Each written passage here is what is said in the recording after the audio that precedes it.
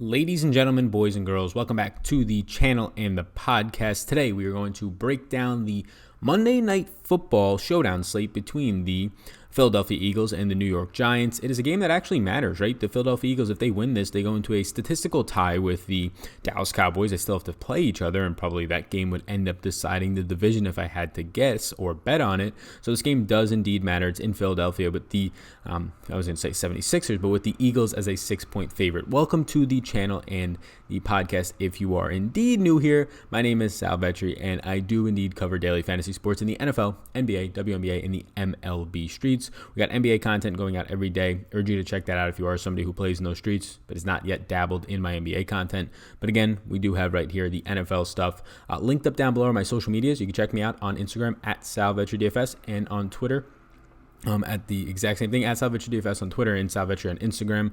And then Patreon is my exclusive content linked up down below. I will have tiers, my rankings for the showdowns over on Patreon later today, as well as content going out every single day over on Patreon for NBA and NFL. We do a couple podcasts a week, a live stream, bunch of data sheets, notes, things like that. So anything that you're really probably interested in or things that will help you in your game, you can check that out over there on Patreon. That's my exclusive content. Keeps the lights on. Also, if you hit the like button, hit the subscribe button. It also keeps the lights on.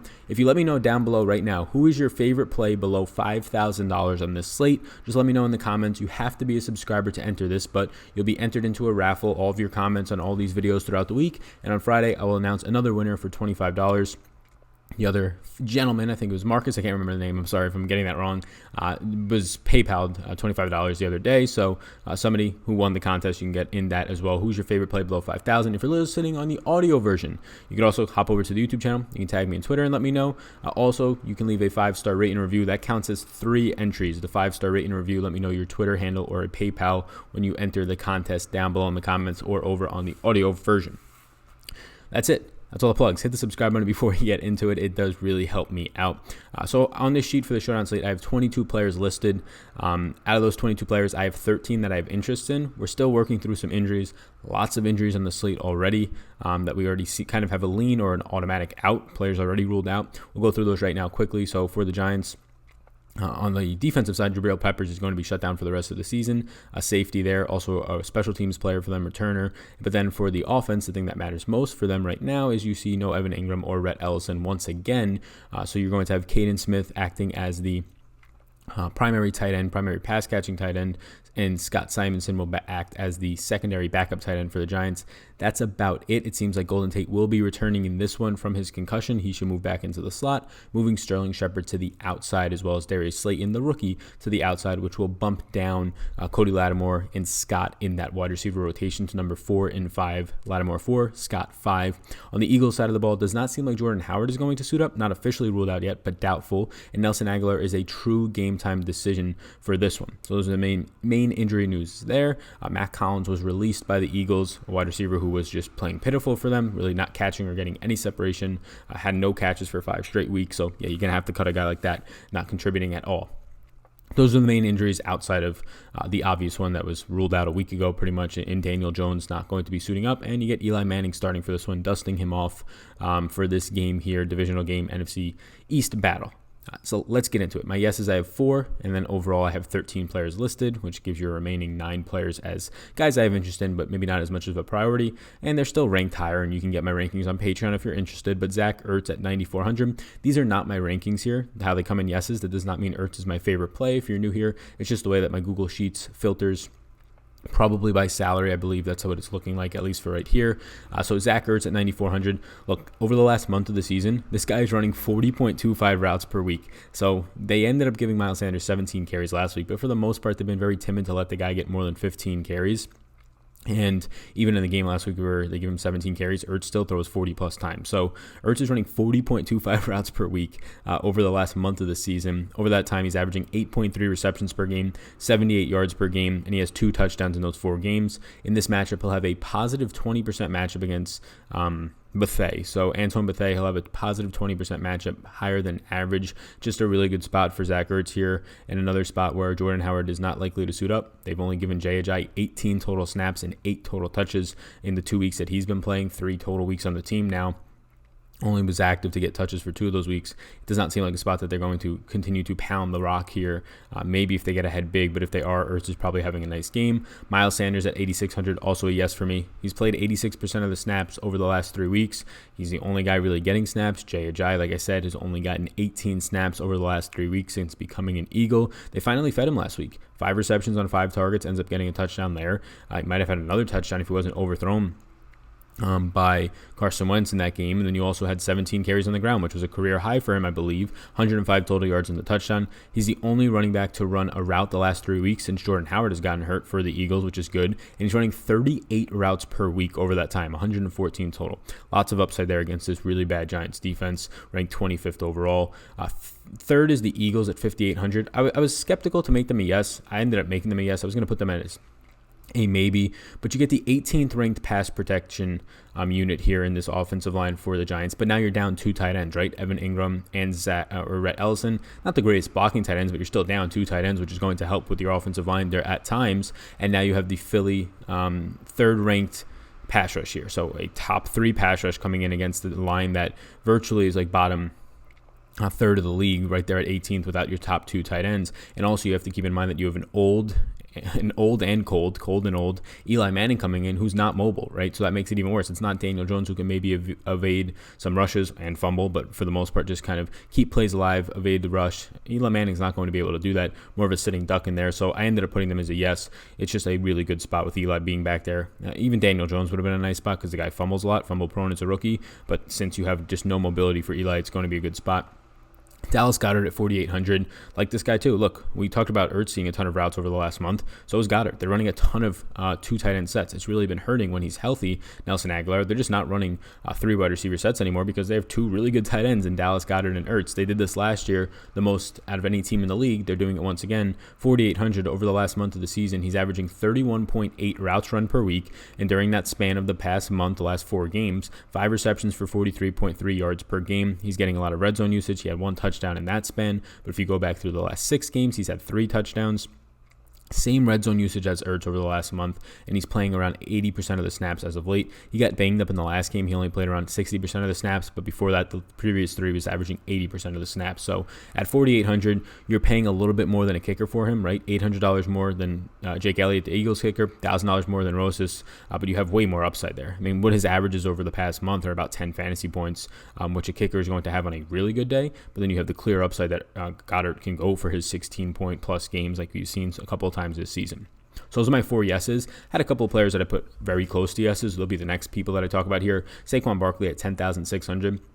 Look, the Eagles' run defense is still a top 5 unit in the league. This defensive line is extremely scary, but Saquon's still playing 95% of the snaps. Last 2 weeks, he's played 95% or more percent of the snaps. He's had 21.8 touches per game over the last 5 games. Just based on the fact that he's not making a ton of noise, he had over 100 total yards last week against the Packers for the first time in a month and a half, but he's still getting touches. 22, pretty much approximately 21.8 over the last 5 games. You had Wayne Gallman, the backup running back, get no touches last week, only played about 2 snaps the week before, so it's Saquon's backfield, and with Eli being back, he's way more likely to check down than Daniel Jones, and he's a completely less mobile. So when Daniel Jones picks up 15 rushing yards in the game, those more times than not are probably going to end up being dump-offs to Saquon Barkley when Eli Manning is back there. So I think your projection for Saquon in this game, probably with Eli Manning back there, honestly goes up. You're probably going to see 2 to 3 more check down passes, and if that's the case, you're probably seeing 5 more points as a median, and that's if he doesn't break off a long run, right, off of those. So yeah, I do think that Saquon at 10,600 as a 6-point road favorite, it's clearly sketchy, and that's why I ultimately ended up making him a secondary option for me on this slate because of the price tag and the just game environment and the matchup being brutal. But I do think his passing game involvement will be much higher here with Eli Manning back under center.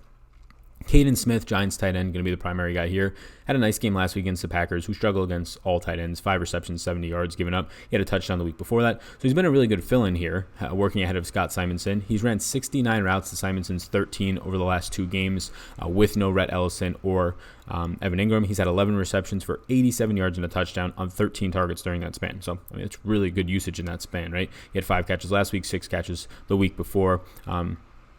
So it's been a good span for him right now. You have just a ton of routes run, no Ingram and Ellison, like I said. Eli uses his tight ends often here, and you're probably going to get a spot where Smith is going to be on the field way more, especially in passing situations than you see Simonson. So at 2,200, cheaper than tight ends, I would imagine somewhere around 5 targets here, maybe even 6. At 2,200, it's hard to pass up. Honestly, he's probably going to end up being a yes for me. I'll make him a yes right now. He's just $2,000 cheaper than these kickers, if not more, so it's a nice spot. Next up, Alshon Jeffrey, $9,200. He'll get to see Janoris Jenkins, who has been solid this year in the last month and a half or so. Bad the last game. The whole entire secondary was against the Packers. But you get, and he was worked by Devontae Adams, as many people are, but you get his overall production and his pass rating against being in the 60s. It's very much skewed because he has 4 interceptions. Pass rating does get skewed by interceptions, which it should be accounted for, but it gets heavily skewed. So he's nowhere near as good as his pass rating is going to indicate. I have Alshon projected for 10 targets in this game. It's interesting. I was talking today that Alshon Jeffrey's gone from, it's happened over like a slow 2-year span. It wasn't just overnight. But, the days in Chicago early on, the first 2 years of this guy's career, he was just a downfield threat. First 2 or 3 years and a weapon. Now he's just a big body box out receiver, but against this Giants secondary, it's actually going to work in his favor, especially around the red zone. 9,200 makes him a secondary option. If he was like $1,000 cheaper, he would definitely be a primary option for me, but I just prefer Sanders, Zach Ertz, those guys who are very similar in price to him, more stable and maybe even more upside. Eli Manning at 8,200. I very much debated making Eli a no, but you'll see soon that I have Wentz as a no at 11,800. So just in terms of trying to get a quarterback in, if you wanted to pick one, I actually would pick Eli. That said, 6-point underdog on the road, coming off the bench for not playing for 2 months in the cold, hostile environment in Philadelphia against a top 3 pass rush, right? A secondary that, although last week got torched by Ryan Fitzpatrick in Miami, has been improving up until that point. It's a terrible spot. I likely lean not to go to either of these quarterbacks, but if you were going to pick one, I'd pick Eli just because he's $3,600 cheaper than Wentz. And at the end of the day, yes, Wentz is a better quarterback than Eli. He is probably going to put up more fantasy points than him, but he has to put up a lot more at that price point, right, to make the whole puzzle fit together at the game theory side of it. It's not just who scores the most points. It's how can you get all of those into a puzzle piece that makes you maximize the overall points of your lineup, not just the quarterback position. Golden Tate at $8,000. He'll return from the concussion. He'll move into the slot. He'll resume playing his 30 routes out of the slot or so. He'll get to face Avonte Maddox. It's a plus 22% advantage according to Pro Football Focus. So that's just 22% higher than average this matchup is. So a really good matchup against Maddox in the slot. Maddox so far this season, 33 receptions, 401 yards, and a touchdown, no interceptions. So a good matchup right there when targeting the slot against Maddox for Golden Tate. $8,000 secondary option for me. We don't have a sample of Golden Tate really working with Eli Manning this season. Golden Tate came back week 5 from his suspension, so there's no sample out there. Sterling Shepard at 7,200 is going to move to the outside. So when you have both Golden Tate and Sterling Shepard playing this season, it's only been 2 games, believe it or not, but 19 routes run out of the slot for Shepard, 59 for Golden Tate. Golden Tate is the primary slot receiver, so that does hurt Sterling Shepard. Him moving to the outside is brutal for him. He'll actually get a tougher matchup out there, but also just in general, playing on the outside compared to the slot is not great, especially if your quarterback has not been playing for a while and is going to face pass rush. Quicker passes usually go to the slot and the running backs, aka why I like Saquon Barkley a little more, discussed earlier. But there is a connection with Sterling Shepard that there really isn't with Golden Tate or Darius Slayton, right? Eli knows Sterling Shepard, he knows Saquon.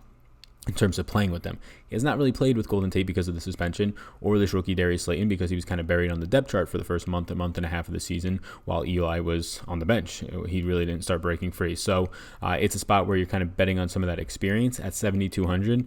I just really probably don't get there all that much, but he is a secondary option. He's a guy that if you're playing more than 3, 4, 5 lineups, I would start to get to.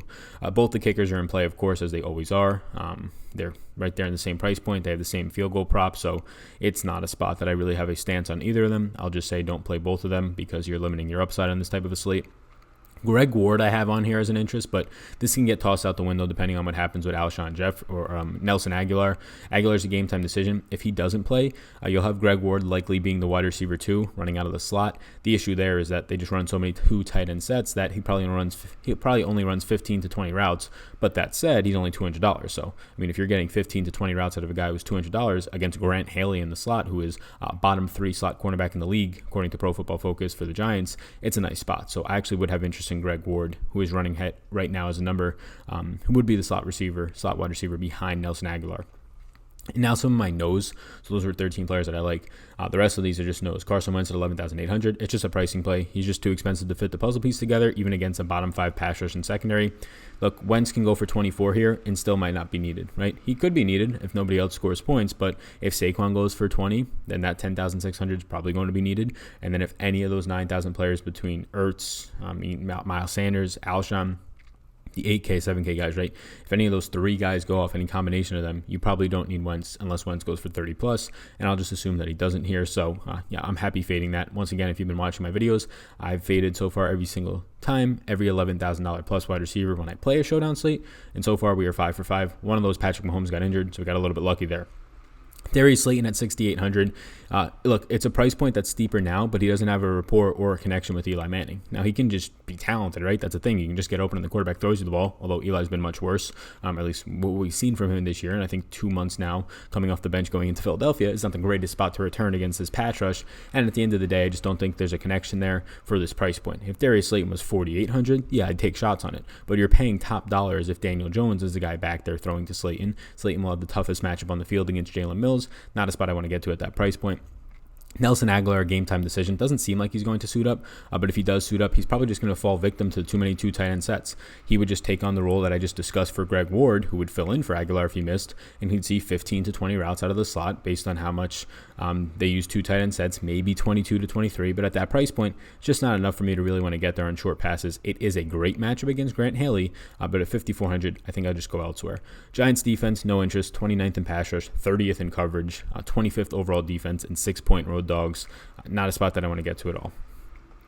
And then the rest of these are just cheap guys that don't have much upside to me. Arcega-Whiteside right now, likely no interest at this tag. He's going to be the wide receiver 5 if Aguilar suits up. He will be the wide receiver 4 behind Ward, behind Alshon. He'd be the wide receiver 4 behind Alshon and Ward in these Eagles offense, and then both of these tight ends on the out, or both of these tight ends, he would probably be running. Yeah, I'd probably actually be running as the wide receiver 3 on this team. Ward would probably still stay in the slot, or wide receiver 2. Ward would probably still stay in the slot. So if there is no Aguilar, Arcega-Whiteside, you can move up a little bit there. He's $2,000. I guess he can maybe become a maybe on this slate, because now Matt Collins is released. I'll make him a maybe, but he's a low end maybe for me. I would prefer Greg Ward if those series of events unfolded. Jay Ajayi, only seen 8 total touches and 18 snaps the 2 games that he's been playing. They didn't even play him 2 weeks ago, 3 weeks ago before that. They just didn't even give him a touch, so it doesn't seem like he has any upside here. Giants actually ranked top 10 in run defense. They've been pretty good there. Wayne Gallman, no touches last week, only 2 snaps the week before. It's just the Saquon Barkley show. $1,000 for Wayne Gallman is way overpriced. Even if he was $200, I wouldn't want to play him. You probably get 1 to 2 touches at best for like 6 yards, and it's not great. Damari Scott, he had his first touches last week against the Packers, but now with Golden Tate back, he'll be bumped down to the number 5 receiver on this team. Cody Lattimore below him will be bumped from being a number 3 in the rotation receiver at a heavy dose to now being the number 4 wide receiver with Golden Tate coming back and really not getting a ton of usage. So those are my yeses. Those are all my maybes. We changed a couple live. I like doing that when I talk out loud a little bit for it. So now I have a total of 14 players in this player pool. Again, if you're going to play 150 lineups and you're watching this, whether it's the high stakes or the low stakes, the dollar stakes, 50 cent, whatever it is, you should probably add Giants defense for the heck of it, right? You should probably add Aguilar if he's healthy. Maybe you want to put a Slayton or some Wentz lineups in there. If I played 50 lineups tonight, I'd probably full on fade Wentz. That's just the way that I go about it with those price points, but I understand if you didn't want to against such a bad pass rush and secondary. It's a really easy shot for Wentz to just be in the winning lineups by scoring 30 points here, right?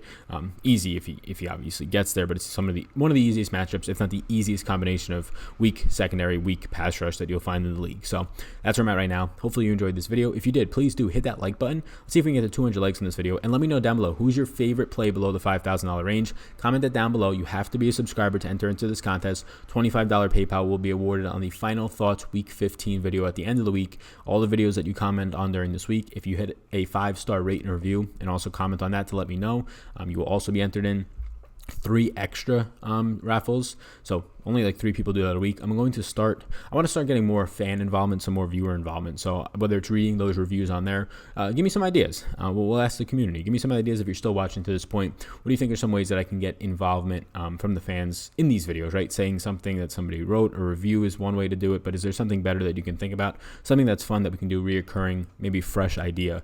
I think that's a pretty cool thing that we can try and work out. So thank you for tuning in. Please do follow me on my social medias at SalVetriDFS on Twitter, SalVetri on Instagram. You can follow me over as well on Facebook, Sal Vetri Facebook page, and then Patreon exclusive content. If you want more stuff from me, if you like the work that I do, want to support my work even more, I have a ton of more content over on Patreon, some exclusive stuff. It is the way that as an independent content creator, I make the majority of my income. So you can check that out if you're interested. It is high quality work. There's about 350, or at least a lot of people consider it that. There's about 350 patrons over there right now. So thank you all so much. Thank you all to the patrons out there. Hit that subscribe button before you go. 5-star rate interview on the audio version. And I ask you, just tell a friend about it. If you know somebody who plays DFS, shoot them a text message, share it on Twitter, whatever you might do.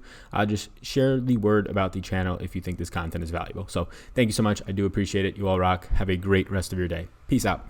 Thanks for tuning in, and I hope you enjoyed that video. Above my head, if you're not already subscribed to this channel, I do ask you if you can please hit that subscribe button. It helps me out a good amount to reach more people. You can also follow me on Twitter. That's over there. Right in the corner is my @SalVetriDFS Twitter.